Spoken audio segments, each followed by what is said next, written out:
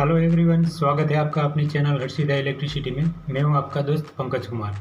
दोस्तों, अगर आप इलेक्ट्रिकल फील्ड में कहीं जॉब करते हो या कहीं पढ़ाई करते हो या फिर कहीं इलेक्ट्रिकल का इंटरव्यू दे रहे हो, तो बस ये वीडियो आपके लिए ही है, क्योंकि मैं गारंटी के साथ कहता हूँ कि आज तक ऐसा किसी ने नहीं बताया होगा। बस एक बार इस वीडियो को पूरा देख लो, फिर और कोई वीडियो देखने की ज़रूरत ही नहीं पड़ेगी।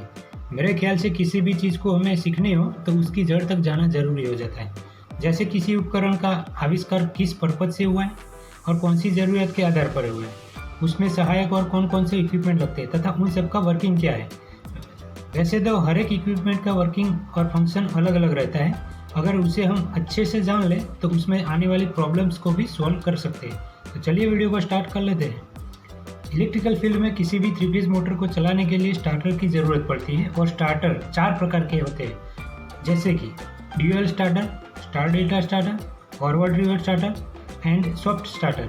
तो आज की इस वीडियो में हम जानेंगे स्टार डेल्टा स्टार्टर की कंट्रोल सर्किट को, और वो भी इंडिकेटर के साथ, जिसको समझने से ड्यूअल स्टार्टर को समझना आपके लिए आसान हो जाएगा। बाकी सभी स्टार्टर के ऊपर भी और वीडियो बनाते रहेंगे। अभी समझते हैं स्टार डेल्टा स्टार्टर की कंट्रोल सर्किट को। तो उसे हम 2 क्वेश्चन के जरिए समझते हैं, जिसमें हमारा फर्स्ट क्वेश्चन है कि 3 फेज मोटर को चलाने के लिए स्टार्टर ही क्यों लगाया जाता है। तो दोस्तों, आंसर के रूप में सबसे पहला पॉइंट है कि स्टार्टर मोटर की प्रोटेक्शन के लिए लगाया जाता है, और दूसरा पॉइंट है कि हमारी ज़रूरत के आधार पे अलग अलग प्रकार के स्टार्टर लगाए जाते हैं। जैसे किसी मोटर का रेटिंग 7.5 kW से कम है तो उसमें ड्यूअल स्टार्टर लगाया जाता है, और किसी मोटर का रेटिंग 7.5 kW से कम है लेकिन हमें उसे बार बार फॉरवर्ड एंड रिवर्स करवाना हो तो उसमें फॉरवर्ड एंड रिवर्स स्टार्टर की मदद से चला सकते हैं। जबकि किसी मोटर का रेटिंग 7.5 kW से ज़्यादा है तो उसे स्टार डेल्टा स्टार्टर की मदद से चला सकते हैं। अब बात करते हैं तीनों स्टार्टर की कॉमन पॉइंट की, जिसमें से एक है मोटर की प्रोटेक्शन। स्टार्टर मोटर को प्रोटेक्ट करता है क्योंकि स्टार्टर में OLR रहता है, जिसमें मोटर को रेटिंग के अनुसार OLR का सेट पॉइंट अप डाउन कर सकते हैं। दूसरा पॉइंट है फेज फेलर का, यानी कि किसी भी 3 फेज मोटर का एक फेज फेल होने पर या फिर मोटर की वाइंडिंग ओपन या शॉर्ट होने पर मोटर का रनिंग करंट उसके रेटिंग से ज़्यादा हो जाएगा, तब स्टार्टर की OLR ट्रिप होकर मोटर को प्रोटेक्ट करेगी। तीसरा पॉइंट है ऑटोमेशन का।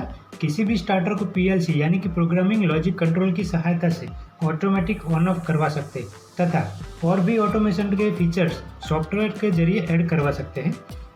फोर्थ पॉइंट है रिमोट वायरिंग का, यानी कि किसी भी स्टार्टर का रिमोट वायरिंग करके उसे अलग अलग जगह से ऑन या ऑफ करवा सकते हैं। अब हमारा सेकंड क्वेश्चन है कि 7.5 kW से ऊपर की मोटर में स्टार डेल्टा स्टार्टर ही क्यों लगाया जाता है। उसमें भी हमारा आंसर के रूप में फर्स्ट पॉइंट है प्रोटेक्शन का। जिस मोटर का रेटिंग 7.5 kW से ज़्यादा है तो उसे स्टार डेल्टा स्टार्टर में ही लगाते हैं, क्योंकि ड्यूअल स्टार्टर में लगने पर बार बार स्विचिंग होने के कारण मोटर की वाइंडिंग खराब हो जाती है, और जो इंटरलॉकिंग स्टार डेल्टा स्टार्टर में रहता है वो ड्यूअल स्टार्टर में नहीं रहता है, क्योंकि किसी भी मोटर को चालू करने पर उसका स्टार्टिंग टॉर्क ज़्यादा रहता है, जिसकी वजह से इंडस करंट बढ़ जाता है, जो रनिंग करंट से 20 से 30 गुना ज़्यादा रहता है। तो उस सिचुएशन को कंट्रोल करने के लिए स्टार डेल्टा स्टार्टर लगाया जाता है, जिसमें स्टार्ट कॉन्टैक्टर की मदद से मोटर की वाइंडिंग में कुछ सेकंड के लिए 230 वोल्ट की सप्लाई दी जाती है, जिसे हम पावर वायरिंग की वीडियो में डीप में जानेंगे। स्टार डेल्टा स्टार्टर की कंट्रोल सर्किट को समझने से पहले उसमें यूज हुए सभी इक्विपमेंट का लिस्ट बनाकर उसका वर्किंग 1 बाय 1 समझते हैं, जैसे कि MCB, OLR, push button, timer, contactor, add on block and indicator. इन सभी के नाम से ही उनका वर्किंग समझ में आ जाएगा। जैसे कि MCB, जिसका फुल फॉर्म है मिनिएचर सर्किट ब्रेकर, जो कि सर्किट ब्रेकर कई तरह के आते हैं, जिसका मेन वर्किंग सर्किट को ब्रेक करवाना रहता है। MCB सभी ब्रेकरों में से सबसे छोटा प्रोटेक्टिव डिवाइस है, जिसका रेटिंग 100 एम्पियर तक ही रहता है, जो ओवरलोड एंड शॉर्ट सर्किट पे वर्क करता है। अब बात करते हैं OLR की, जिसका फुल फॉर्म है ओवरलोड रिले, जिसे थर्मल ओवरलोड रिले भी कहा जाता है। जिसके फंक्शन की बात करें तो रिले के अंदर मेन पावर की स्टड पे बाई मेटेलिक स्ट्रिप लगी रहती है, जो रिले पे सेट किए गए एम्पियर से ज़्यादा एम्पियर पास होने पर by metallic strip NC contact से NO कॉन्टैक्ट की ओर खिसक जाती है। रिले के बाहरी हिस्से की बात करें तो उसमें ऊपर के तीनों स्टड कॉन्टैक्टर के साथ कनेक्ट होंगे, और नीचे के 3 कॉन्टैक्ट मोटर से कनेक्ट होंगे, और बाकी 5 टर्मिनल ऑक्सिलरी सप्लाई के लिए है, जिसमें से 95, 96 NC कॉन्टैक्ट है और 97, 98 NO कॉन्टैक्ट है, और उसके ऊपर का रेड बटन ऑफ या रीसेट के लिए दिया जाता है। साथ में लगे ग्रीन बटन से डायरेक्ट रिले से मोटर को ऑन कर सकते हैं और उसमें ऑटो और मैनुअल का भी ऑप्शन रहता है, जिसको मैनुअल में रखने पर रिले के ट्रिपिंग होने पर फिजिकली रिले के पास जाकर उसे रेड बटन से रीसेट करना पड़ेगा, जबकि ऑटो पे रखने से रिले ट्रिपिंग होने पर अपने आप ही रीसेट हो जाएगा। तो अब बात करते हैं पुश बटन की, यानी कि एक ऐसा बटन जो दबने पर ही अपना आउटपुट देगा, जो अलग अलग कलर कोड में रहते हैं, जिसका वर्किंग किसी भी कॉन्टैक्ट को NO या NC करवाने का रहता है, जिसमें रेड बटन स्टॉप के लिए उपयोग में लिया जाता है, जिसका कॉन्टैक्ट NC यानी कि नॉर्मली क्लोज रहता है, और ग्रीन बटन जो स्टार्ट के लिए उपयोग में लिया जाता है, जिसका कॉन्टैक्ट NO यानी कि नॉर्मली ओपन रहता है। अब बात करते हैं टाइमर की, जिसकी स्टार्ट डेटा स्टार्टर में अहम भूमिका है। वैसे टाइमर दो प्रकार के आते हैं, on delay timer and on delay of delay timer, जिसको हम अपनी ज़रूरत के हिसाब से लगा सकते हैं। ऑन डिले टाइमर नाम से ही पता चलता है कि जो चालू होने में थोड़ा टाइम डिले करेगा, यानी कि हमारे द्वारा सेट किए गए टाइम के बाद चालू होगा। और on delay of delay timer भी ठीक उसी प्रकार चालू और बंद होने पर थोड़ा टाइम डिले करेगा, यानी कि थोड़ी देर से चालू और बंद होगा। अभी के लिए हम ओनली ऑन डिले टाइमर की ही बात करेंगे, क्योंकि स्टार्ट डेटा स्टार्टर में ऑन डिले टाइमर का ही उपयोग होता है, जिसे इलेक्ट्रॉनिक टाइमर भी कहा जाता है। किसी भी इक्विपमेंट का नेम प्लेट या उसके ऊपर दी गई डिस्क्रिप्शन को समझने से उसके फंक्शन के बारे में सब कुछ समझ में आ जाता है। तो हम अपनी टाइमर की डिस्क्रिप्शन को समझते हैं, जिसमें कंपनी का नाम, category number, supply sources, tolerance और उसके अंदर के कॉन्टैक्ट की कैपेसिटी तथा डिले टाइम भी लिखा रहता है। इस टाइमर का सप्लाई 240 वोल्ट AC और 24 वोल्ट AC DC और 50 से 60 फ्रीक्वेंसी है, यानी कि ये AC और DC दोनों पे चल सकता है। टॉलरेंस की बात करें तो -20% से +10%, यानी कि हमने ऑन टाइम 10 सेकंड पे सेट किया है, जबकि वो 11 सेकंड पे या फिर 9 सेकंड पे चालू हो गया, उसी को टॉलरेंस कहा जाएगा। और अंदर के कॉन्टैक्ट की बात करें तो 240 वोल्ट AC या 28 वोल्ट DC सप्लाई देने पर 5 एम्पियर तक करंट झेल सकते हैं। डिले टाइम की बात करें तो 3 सेकंड से 30 आवर तक उसका टाइम डिले करवा सकते हैं। अब उसके सप्लाई टर्मिनल की बात करें तो उसे भी थोड़ा सा समझ लें, जैसे कि A1 और A2 जो एक ऑक्सिलरी कॉन्टैक्ट है, जिसमें टाइमर को चालू करने के लिए 240 वोल्ट AC सप्लाई दिया जाता है, और अगर हमें 24 वोल्ट DC सप्लाई पे चालू करना हो तो A1 और A3 को शॉर्ट लिंक से कनेक्ट करके A1 में पॉजिटिव और A2 में नेगेटिव सप्लाई दिया जाता है। टाइमर में और भी टर्मिनल रहते हैं, जैसे कि 15, 18 और 16, जिसमें 15 नंबर का टर्मिनल कॉमन है और 16 नंबर का टर्मिनल NC है, और 18 नंबर का टर्मिनल NO कॉन्टैक्ट है, जिसमें 15 नंबर का कॉमन टर्मिनल को A1 से सप्लाई दिया जाता है और 16 नंबर के टर्मिनल से स्टार कॉन्टैक्टर के कॉइल में सप्लाई दिया जाता है, और 18 नंबर के टर्मिनल से डेल्टा कॉन्टैक्टर की कॉइल में सप्लाई दिया जाता है। अब बात करते हैं कॉन्टैक्टर के बारे में। तो दोस्तों, कॉन्टैक्टर इलेक्ट्रोमैग्नेटिक इंडक्शन के सिद्धांत पे काम करता है, जिसमें कॉपर वायर की एक कॉइल रहती है जो 230 volt AC, 415 volt AC, 24 volt AC DC जैसे अलग अलग सप्लाई के सोर्सेज पे वर्क करती है, जिसमें पावर सप्लाई देने पर इलेक्ट्रोमैग्नेटिक इंडक्शन उत्पन्न होने से प्लंजर को अपनी ओर खींचती है और प्लंजर के साथ कनेक्टेड टर्मिनल स्ट्रिप भी खींचाती है, और एक दूसरे टर्मिनल से कांटेक्ट होने से पावर सप्लाई आगे पास होता है। और कॉइल को सप्लाई न मिलने पर स्प्रिंग की वजह से सभी टर्मिनल के कांटेक्ट एक दूसरे से अलग हो जाते हैं। अब कॉन्टैक्टर के टर्मिनल की बात करें तो ऊपर के 4 टर्मिनल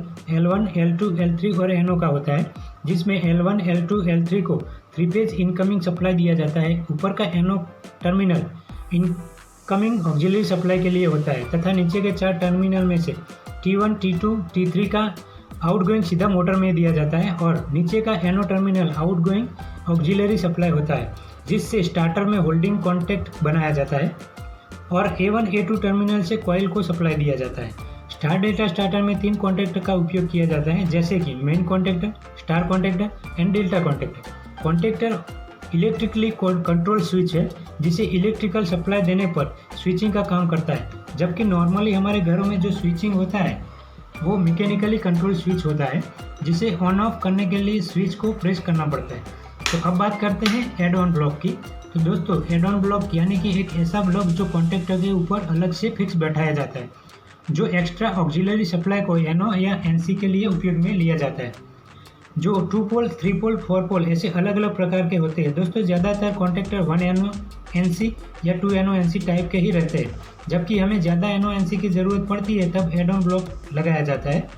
और एड ऑन ब्लॉक कॉन्टैक्टर के साथ मूवमेंट करता है, यानी कि कॉन्टैक्टर के चालू होने पर एड ऑन ब्लॉक का NO कॉन्टैक्ट NC हो जाएगा और NC कॉन्टैक्ट NO हो जाएगा। ठीक वैसे ही कॉन्टैक्टर के बंद होने पर NO NC अपनी नॉर्मल कंडीशन में आ जाएगा। अब बात करते हैं इंडिकेटर की, यानी कि इंडिकेशन लैंप जो किसी भी स्टार्टर की प्रेजेंट सिचुएशन को दर्शाता है। जैसे कि रेड इंडिकेटर स्टार्टर की ऑन कंडीशन को बताता है तथा ग्रीन इंडिकेशन स्टार्टर की ऑफ कंडीशन को बताता है और येलो इंडिकेशन स्टार्टर की ट्रिपिंग इंडिकेशन को बताता है।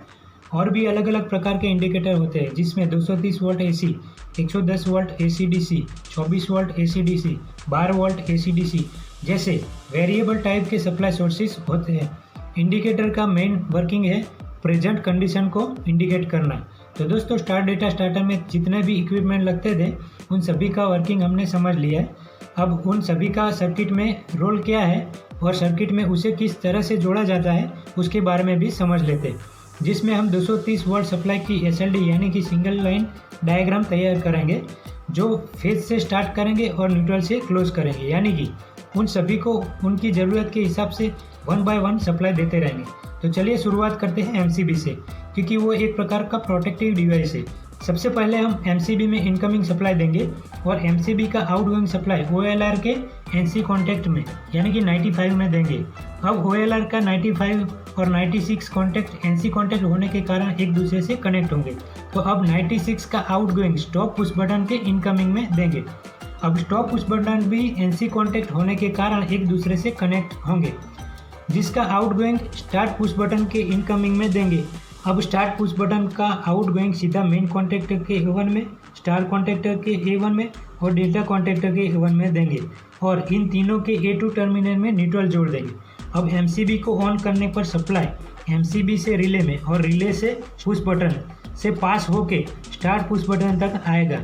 अब जैसे ही स्टार्ट पुश बटन को प्रेस करेंगे वैसे तुरंत हमारे तीनों कॉन्टैक्टर चालू हो जाएंगे। तो दोस्तों क्या ये सही तरीका है? तो ये तरीका बिल्कुल भी सही नहीं है, क्योंकि ये सिर्फ कंट्रोलिंग कनेक्शन है, उसके साथ पावर वायरिंग भी दिया जाता है और पावर वायरिंग के साथ ऐसा कंट्रोल वायरिंग करने से सीधा शॉर्ट सर्किट हो जाएगा। जबकि ये मैंने आपको स्टार्टर में यूज हुए सभी डिवाइस एवं स्टार डेल्टा कॉन्टैक्टर के बीच का इंटरलॉकिंग एंड टाइमर का इम्पोर्टेंस समझाने के पर्पज से ही बनाया है।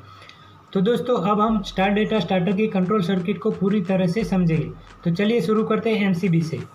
सबसे पहले फेज वायर MCB के इनकमिंग में देंगे और MCB का आउटगोइंग वायर रिले के NC कॉन्टैक्ट 95 में देंगे और उसका निकला हुआ आउटगोइंग 96 से स्टॉप पुश बटन के इनकमिंग में देंगे और स्टॉप पुश बटन का outgoing wire start push button के इनकमिंग में देंगे। स्टार्ट पुश बटन का आउटगोइंग सीधा टाइमर के A1 में और मेन कॉन्टैक्टर के A1 में देंगे। अब बारी आती है स्टार एंड डेल्टा कॉन्टैक्टर की। स्टार एंड डेल्टा कॉन्टैक्टर के बीच में एक इंटरलॉकिंग रहता है, जैसे कि टाइमर के NC कॉन्टैक्ट सीधा डेल्टा कॉन्टैक्टर के NC कॉन्टैक्टर में देंगे और NC कॉन्टैक्ट से निकला हुआ आउटगोइंग स्टार कॉन्टैक्टर की कॉइल A1 में देंगे। ठीक वैसे ही टाइमर से निकला हुआ NO कॉन्टैक्ट स्टार कॉन्टैक्टर के NC कॉन्टैक्ट में देंगे और NC कॉन्टैक्ट से निकला हुआ आउटगोइंग सीधा डेल्टा कॉन्टैक्टर की कॉइल A1 में देंगे। अब इन सभी के A2 टर्मिनल में न्यूट्रल वायर कनेक्ट कर लेंगे। तो दोस्तों स्टार एंड डेल्टा कॉन्टैक्टर के बीच में इंटरलॉकिंग मोटर को प्रोटेक्ट करने के लिए ही दिया जाता है, क्योंकि अगर टाइमर में माल फंक्शनिंग हो गया, जैसे कि टाइमर में कुछ सेकंड के लिए NC कॉन्टैक्ट NO होने से पहले NO कॉन्टैक्ट NC हो गया, तब पर भी इंटरलॉकिंग की वजह से स्टार कॉन्टैक्टर कंटिन्यू चलता रहेगा, क्योंकि स्टार कॉन्टैक्टर चालू होने से उसका NC कॉन्टैक्ट NO ही रहेगा, जिससे लिया हुआ कॉन्टैक्ट डेल्टा कॉन्टैक्टर में जाता है तो उसे ऑन नहीं होने देगा। ये तो हो गया इंटरलॉकिंग सिस्टम, बट हमारा स्टार्टर चालू है, बंद है या ट्रिप है तो उसे कैसे पता करें? तो उसके लिए इंडिकेशन लैम्प को सर्किट में जोड़ना पड़ेगा। जैसे कि ऑन इंडिकेशन के लिए OLR के 96 टर्मिनल से या स्टॉप पुश बटन के इनकमिंग से एक वायर डेल्टा कॉन्टैक्टर के NO में देंगे और NO से निकला हुआ ऑन इंडिकेटर में देंगे। उसके बाद ऑफ इंडिकेटर के लिए स्टॉप पुश बटन से इनकमिंग से एक वायर सीधा मेन कॉन्टैक्टर के NC में लिंक करेंगे और NC से निकला हुआ वायर ऑफ इंडिकेटर में देंगे। उसके बाद ट्रिप इंडिकेटर के लिए OLR के NO टर्मिनल के इनकमिंग में सप्लाई देंगे और NO से निकला हुआ वायर ट्रिप इंडिकेटर में जोड़ देंगे और बाद में तीनों इंडिकेटर के दूसरे टर्मिनल में न्यूट्रल वायर जोड़ देंगे। तो दोस्तों अभी हमारी सर्किट कंप्लीट नहीं हुई है, क्योंकि हमने होल्डिंग कॉन्टैक्ट नहीं दिया है और बिना होल्डिंग कॉन्टैक्ट के स्टार्टर की सर्किट अधूरी है, क्योंकि स्टार्ट पुश बटन दबाने पर ही आउटपुट मिलेगा, जितनी देर तक पुश बटन को दबा के रखोगे उतनी देर तक सर्किट क्लोज रहेगी और बाद में उसे छोड़ने पर सर्किट ओपन हो जाएगी। तो उसके लिए होल्डिंग कॉन्टैक्ट की ज़रूरत पड़ेगी जो सर्किट को होल्ड करवा के रखेंगे। तो उसे भी कनेक्ट कर लेते हैं, जिसमें स्टार्ट पुश बटन के इनकमिंग टर्मिनल से एक वायर मेन कॉन्टैक्टर के एनो में देंगे और एनो से निकला हुआ एक वायर मेन कॉन्टैक्टर की कॉइल के A1 में देंगे, जिससे मेन कॉन्टैक्टर चालू होते ही उसका एनो कॉन्टैक्ट NC हो जाएगा और स्टार्ट पुश बटन छोड़ने पर भी सर्किट क्लोज रहेगी। तो दोस्तों आज की इस वीडियो में हमने स्टार डेटा स्टार्टर की कंट्रोल सर्किट को प्रॉपर तरीके से समझाया है। फिर भी आपका कोई सवाल या सुझाव हो तो कमेंट करके बता सकते हो, जिससे हमें एक मार्गदर्शन मिलता रहेगा। उम्मीद करता हूँ कि आपको वीडियो पसंद आई होगी। अगर वीडियो पसंद आई हो तो वीडियो को लाइक करें, चैनल को सब्सक्राइब करें और हाँ, दोस्तों को शेयर करना ना भूलें। आज की इस वीडियो में इतना ही। मिलते हैं अगली वीडियो में, तब तक के लिए जय हिंद।